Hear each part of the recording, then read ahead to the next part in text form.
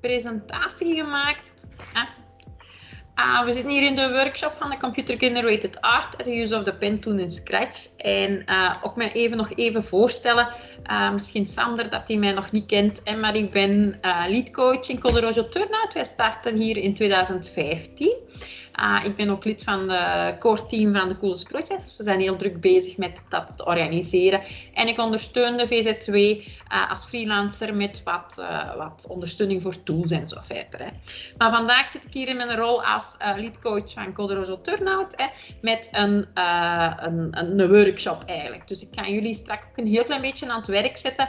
Dus ik ga een kleine introductie geven over een paar mogelijkheden van de Scratch. Van de Scratch tool, wat je daar allemaal mee kunt doen, want ik ben eigenlijk altijd verbaasd dat je daar toch redelijk veel mee kunt doen. Dan ga ik jullie even aan het werk zetten en dan kunnen er misschien een aantal dingetjes eens getoond worden. Dat is ook altijd leuk, zo wat de Dojocon-stijl van de show and tell te doen. En dan gaan we ook eens even daarna kijken van hoe kunnen dat nu, wat kunnen nu juist gebruiken in uw lokale dojo. Oefeningen die we nog hebben gemaakt en zo verder.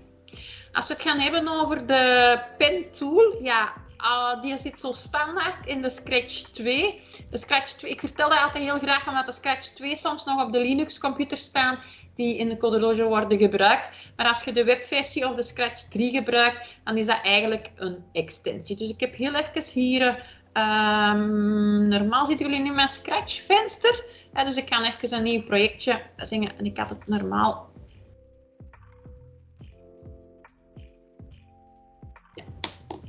Dus aan de extensies zitten hier onderaan. Als je die open doet, dan kan je kiezen voor de pen tool. En als je die open doet, dan krijg je een aantal nieuwe commando's er eigenlijk bij staan, nieuwe blokjes. Erase all, dat is een gemakkelijke om mee te starten als uw vlaggetje is ingedrukt. En dan gaat hem eigenlijk heel uw canvas leegmaken. Stamp, als je die gebruikt, dan gaat hem eigenlijk de sprite die je nu hebt, eigenlijk daar gewoon een kopie op je canvas van zetten. Dus eigenlijk op je achtergrond. Dus dat is soms ook wel eens interessant om te gebruiken. Nu dat zit vandaag niet in de oefening, maar dat kan er wel bij zijn. Dan dingen.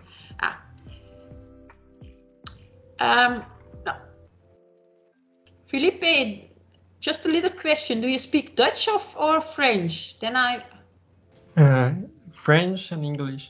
Okay, then I'll switch to French. That's to English. That's no problems. But okay. I was introducing the Scratch tool in Scratch. So we have erase all, stamp, pen down. It's literally pen down, and you're going to draw. Pen up, that's the opposite. Just raise the pen, and you aren't drawing anymore. The pen color is a certain color you can pick from the color chooser here, or you can change the below in that block. Change pen color, but also saturation, brightness, and transparency. And on this pen color is from 0 to 100.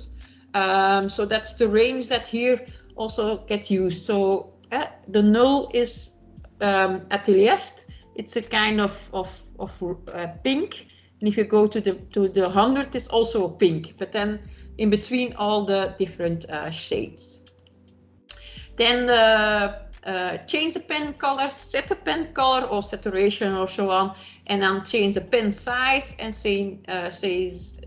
change and set the pen size.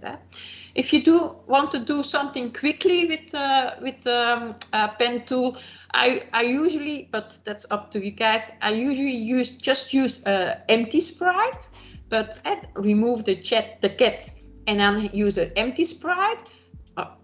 Wrong button, wait quickly.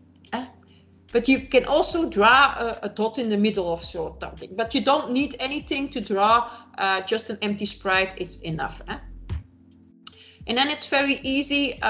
You have a control event, an event, and then mostly I do erase all, that we have a clean canvas, and then I set the pen tool to something, and then have it, like for instance, pen down. I need the pen down. pen down. And I'm going to use a bigger pen set so you can see it. Move 10 steps. Voila. That is because I have erased all the canvas gets cleaned every time, and then 10 steps for a big pens. The pen size is bigger, so it's well, I'm going to reduce that. Maybe it's easier.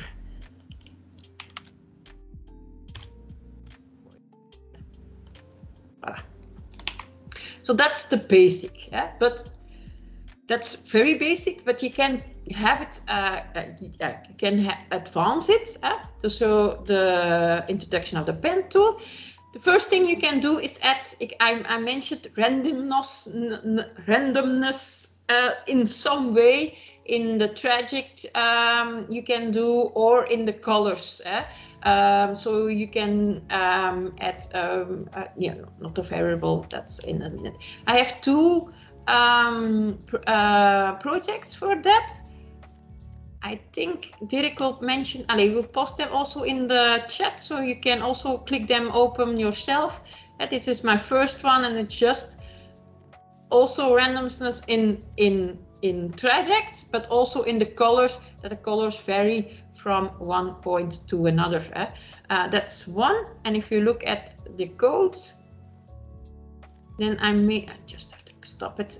I go to a certain point, pen up for erasing all, then set a different color and so on, and then have a forever loop with a move. If we reach the edge, then we go in another way, and then I have the pen color that goes through every colors 200 and again. That's the first project, and I have a second project, a little bit the same, but now it's not lines that they can do, it's like more like a snake. That wanders through the world.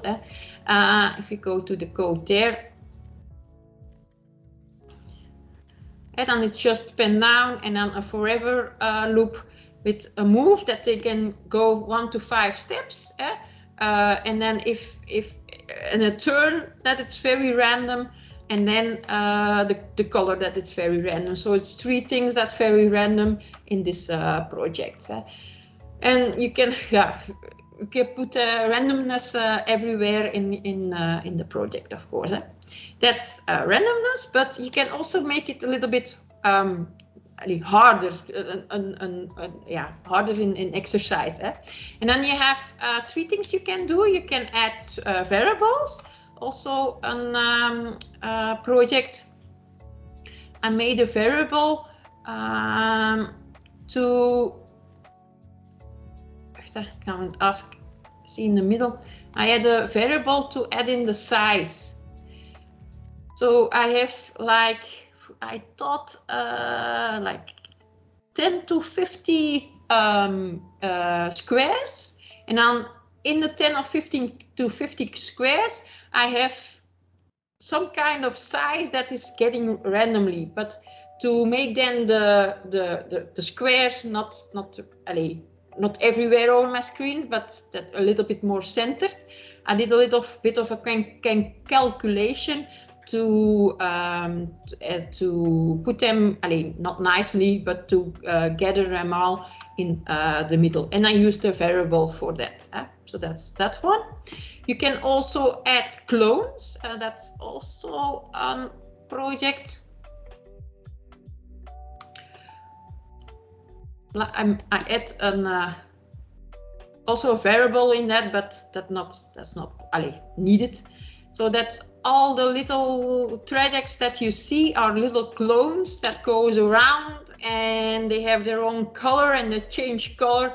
So you have a lot of clones in the project. I'm going to look at the code for you guys. So at I have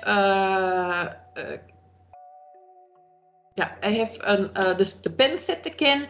then repeat that he made clones of himself. And if you start as a clone, then you are getting the pen down, and then you get started and going around the way to move around. And that's it's a nice view to see all the clones getting their own way. That's one. And then another one you can do is at your own blocks. For instance, if you want to draw squares that you don't have the code in your line of coding, but you make your own block. And I have two examples for this. This one.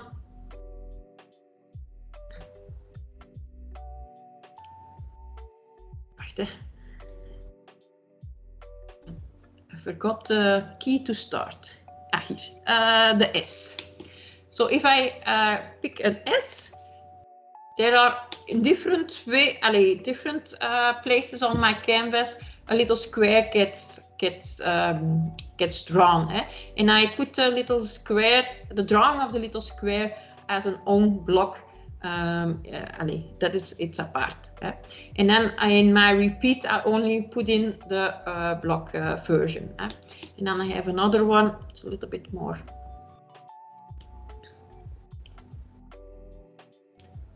Voila.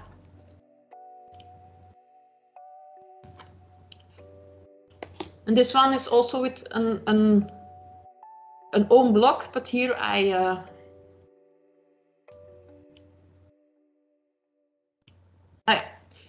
with an own block for the zijdes, to draw the sides of the square. That's another example. That's a few ways to make the pen tool a little bit a harder exercise, not just so as basic as So I'm going to stop sharing. It seems like the last link is another cool example, but not the one that you showed, I think. I was switching up. But it's a cool one. yeah, this one. Not? Yeah. I'm not sharing anymore, but it's squares, and they with small squares, yes. Yeah.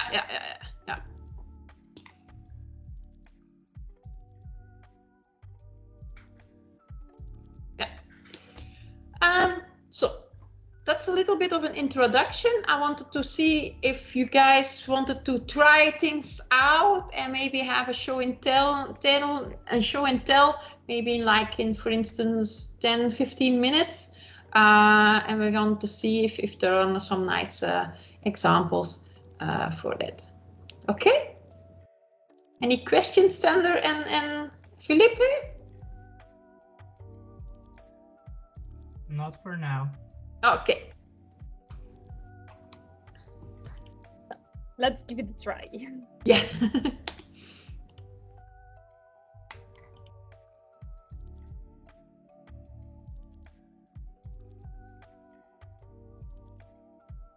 Yeah, here we go. Yes.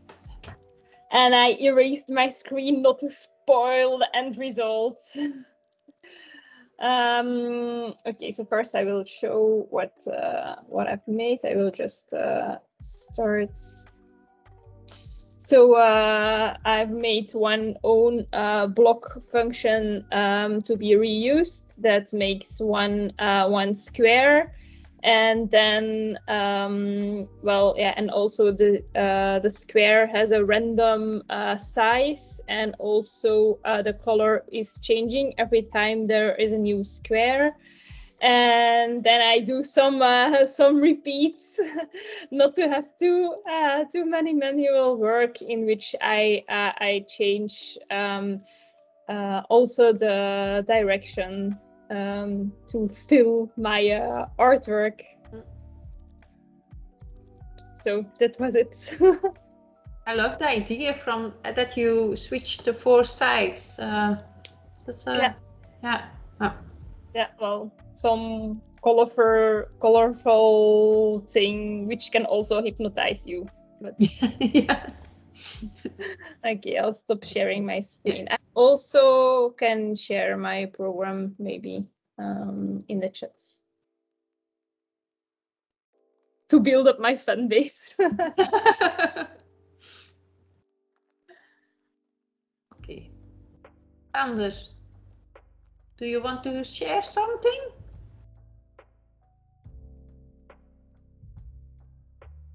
Yeah, that's okay. Yeah. Share screen. Okay. I can see if you can see my screen. Yeah, it's full size. Yeah, Yeah, we see yourself also. Yeah. okay. Yeah. Ta-da. Yeah. I made a drawing program. So you can draw now, whatever you want. And now I was trying to, when I click on the ball, on the other sprite, the color changes in orange, but it isn't working yet. So I have to figure out what I have to change. Yeah, good question, because like you need an action when you click on the other sprite, then the color changes. But I think you can only change the color in the sprite who is drawing probably. So you need a message or something. Message. I would do them on the message also. Yeah. And Dirk. And Do now you? I tried in the So other sprite, but it isn't working. yeah. Okay. Dirk, do you have something to share? I'm sorry, I had to answer some messages and I took a peek in other rooms.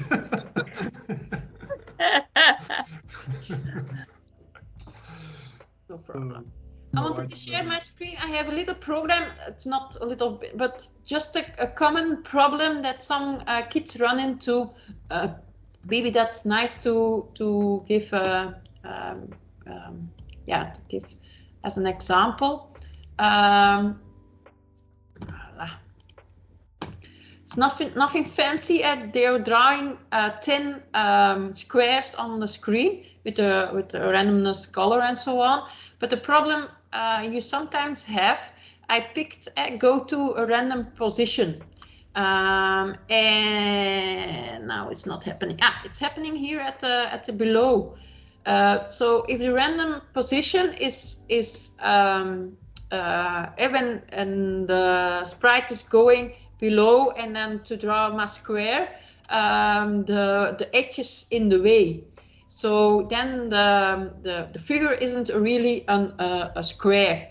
So if I do this, I rarely do a random position, but I use the randomization so I can take in account a little border at the side, so you don't have to. I have that problem that you run into the edge when drawing your square. So that's the thing. And then just a little thing I thought about the stem function.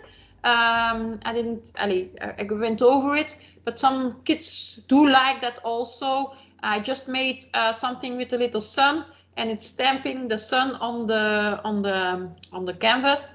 But for some kids, that's also very, it's easy, but it's very colorful, and you can make it all colors till whole the world is sunny. Voilà.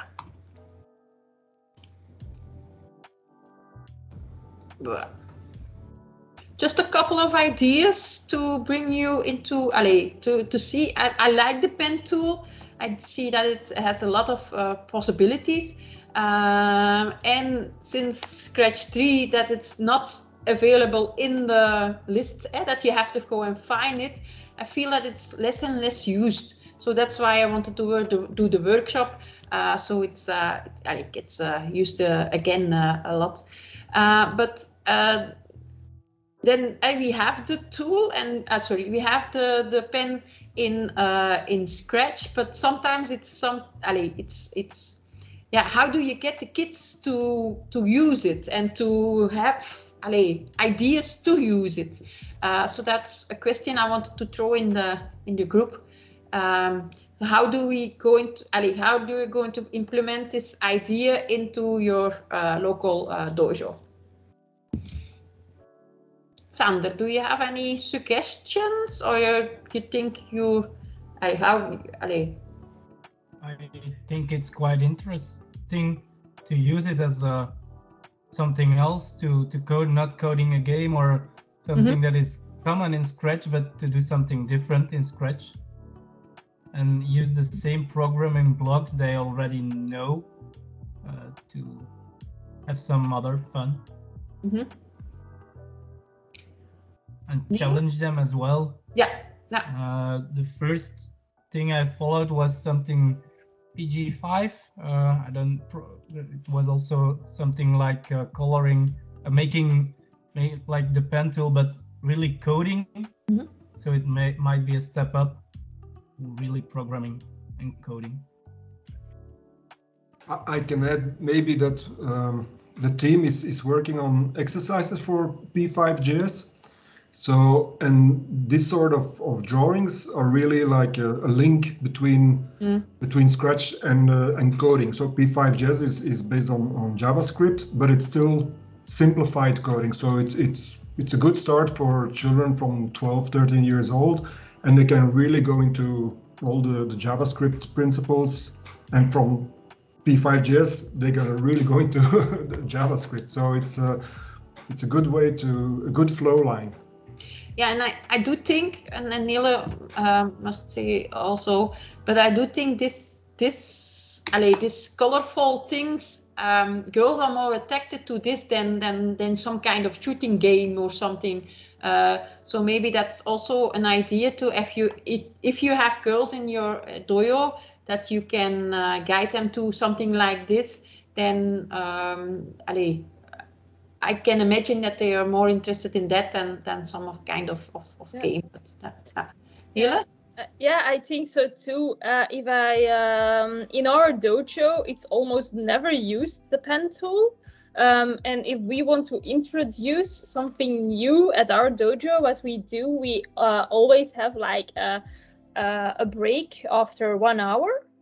A small break of 5-10 minutes, so they can drink something and go a little bit away from the computers. And then afterwards we do like a small show ourselves. We show something that is possible in Scratch, or we do like a quiz, like here is a program and we are just showing what is happening, and then we ask, why is this happening, or how can we change this or that.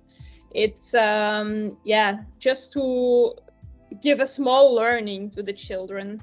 So the pen tool is also a good idea to incorporate it in that moment, I think. And besides that, what is also working, and that's why it's very useful for me to follow this session now, from time to time we do workshops in the library, but not through Coder Dojo itself. So we do it with few coaches of Coder Dojo, but it's organized by the library. And there we give one theme. Like now the theme was also make art with Scratch. And for us that's a good step up, because sometimes kids, they just want to join for a certain topic. And it's also a good entry point for the Coder Dojo, because quite often, because it's organized by the library, it's really strange, but it's organized by the library, and there is another audience, other way of subscription, but there is another audience and a lot more girls, for example. And I'm really sure if I give the workshop in the Easter holidays on this, few of them will come to Coder Dojo afterwards. So to us, it's also a great step up. So to make more use of the pen tool, I see two possibilities: to show something to the children after the break, or to give a suggestion to one of them so they can show something in show and tell. Because the pen tool, indeed, it's well hidden. So you don't tell something about it, chances are quite low that they will find and use it. And then the other thing is like we do a separate dojo or something on this topic itself. So they have to use it, and then they will probably, some of them will reuse it afterwards. Yeah. Great. Yeah, but you can make beautiful things out of it. So and you can have it very basic. I love it. It's very basic and like, for instance, in 2 minutes you have something colorful, and then you can add some things like variables and clones and even an own block writing. That complicates it, but you have to think about it a little bit more. So I find it very broad. Not the right word, but yeah.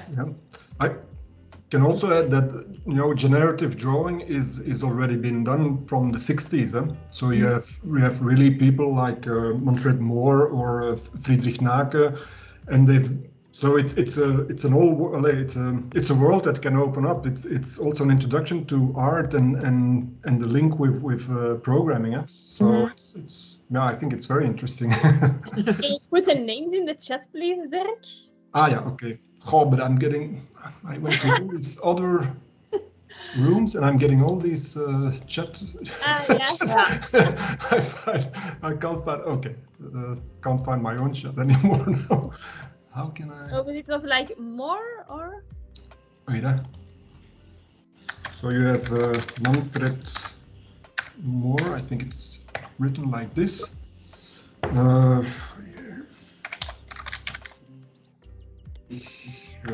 No, not Friedrich. I think it's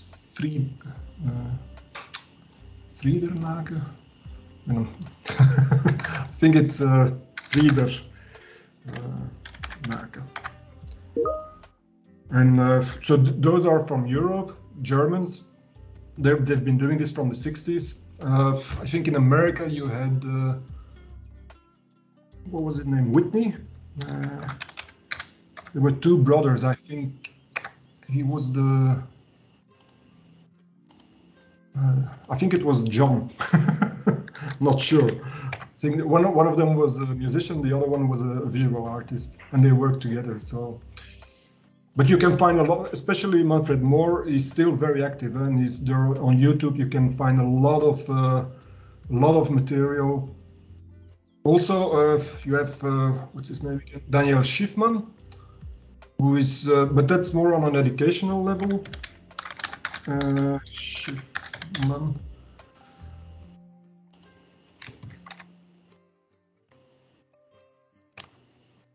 I'm blocked. Okay. And he's mainly good to introduce you to P5 and processing. That's also another program. I think it's based on Java, while P5 is based on JavaScript. But it's all a really good step up to real text coding. And of course, I just saw the workshop of Robert. He's also he's an artist, a generative artist. So it's really interesting what he's doing now. I think in the art zone there. And if you're on Facebook, there is a real good Facebook group. How is it called? I think it's called P5, and you can find a lot of daily posts of real, but that is more advanced. So it's. Yeah, but it's good to know, Dirk, because and that's also the nice thing of doing something together with a library. You can also ask the people of the library, do you have some information on, for example, one of those people, or do you maybe have some books, and then you can incorporate things. So it's really cool. And also, if you do a workshop like this and you can really show the kids that there are artists that use computers to generate their art. There is a really interesting woman also. Die lijkt me, hè? Yes, of course. Lillian Schwartz, also active from the 60s, one of the first computer artists. Okay. Really interesting. Thinking of other people. But if you look up these people, you will find a lot of links to other people. But it's a really interesting world, and especially now it's also being combined. You know, you can have generative drawing and sending music, or not sending, but being the basis to create music, so that the music is based on colors and forms.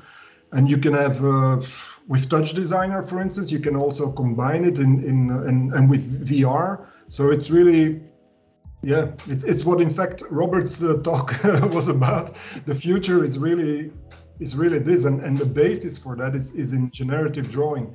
So if children can learn it with Scratch, it can open up a lot of possibilities. Yeah. And it's a good step up for older children also. Yeah. And I think that is one of the things I'm glad that we're doing this today, because I feel that the kids who come to the Coder Dojo come there to make games. That's also okay, but if we can reach into the art part, I think we have other kids that are also interested in coming to Coder Dojo, not only for the games, but also for the art things, and that maybe attracts a little bit more kids, girls than boys. Yes. Yeah. I want to do a little shout out to Natasha, her exercise. She made a couple of exercises for this pen tool. They're also in the new educational folder on the public drive. So if you want to have an idea from exercises, you can find them there. That's okay. Okay. Yeah. And I will see you in one of the next yes things. Yeah. Yeah. Thank you. Okay, great. Yes. See you. Bye. Bye. Bye.